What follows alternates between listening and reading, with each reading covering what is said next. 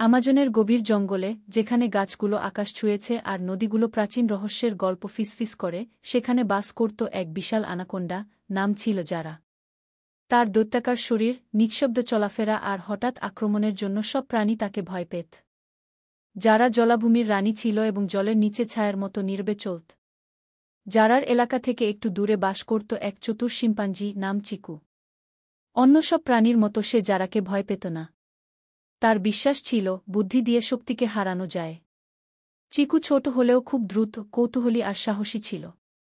এক গরম দুপুরে চিকু নদীর ধারে কলা খুঁজছিল। হঠাৎ সে পেছন থেকে এক ফিসফিসের শব্দ শুনল। সেটা ছিল যারা।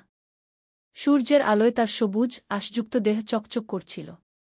সে ধীরে ধীরে চিকুর দিকে এগিয়ে এল। এক বিকট শব্দে ফুঁসতে ফুঁসতে সে ঝাঁপিয়ে পড়ল, কিন্তু চিকু ছিল প্রস্তুত। সে সঙ্গে সঙ্গে একটা গাছের ডালে লাফ দিয়ে উঠল। যারা চেষ্টা করল উঠতে, কিন্তু তার বিশাল দেহ পাতলা ডালগুলো সহ্য করতে পারছিল না। ওপরে থেকে চিকু নারকেল আর পাথর ছুঁড়ে মারল, যাতে যারা বিভ্রান্ত হয়ে পড়ে। তারপর যারা গাছের গুড়ি পেঁচিয়ে ধরল, যাতে চিকুকে ফাঁদে ফেলতে পারে।